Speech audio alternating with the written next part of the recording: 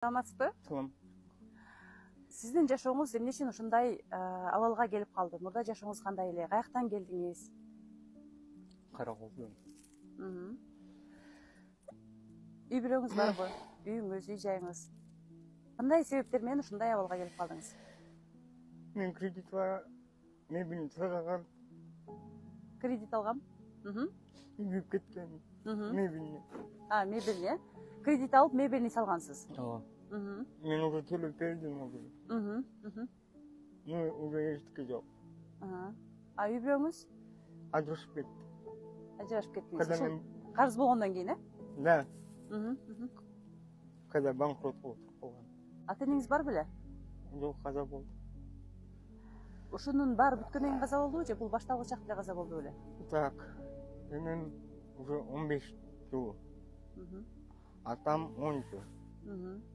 5 жыл разница, да? Сиз карыз болгонго чейин алар каза болуп калышкан. Да. Экөө чогуу жашайт беле? Ооба, чогуу.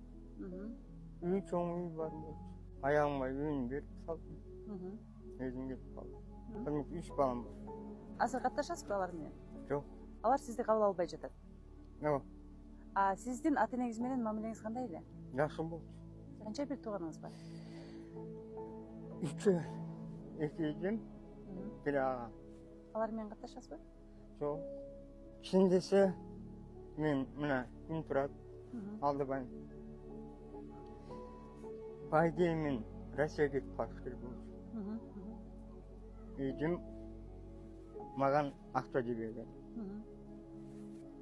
Ол вокзалдын жанында бир көчө бар экен, тентектер турат. Ушудан мени бүт телефон, документ бүт алып кетишти. Кайра сиз үй бүлөңүзгө баргыңыз келеби, катташкыңыз келеби? Балдарыңыз менен катташкыңыз келеби? Жок. Алар кандай кылган?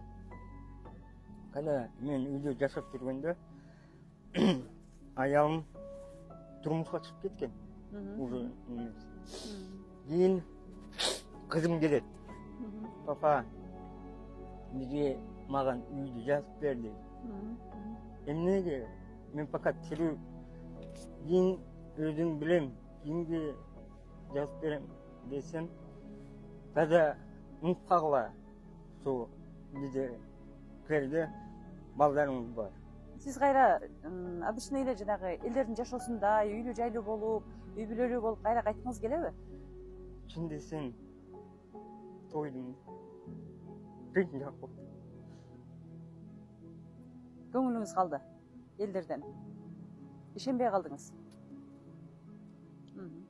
Мен бир тууганга ишенбей калдым. Мен элге ишенбейсиз. Өзүңүзгө ишениңиз, өзүңүзгө ишенсеңиз, жашооңузду оңдобосоңуз болот. Это реально. Мына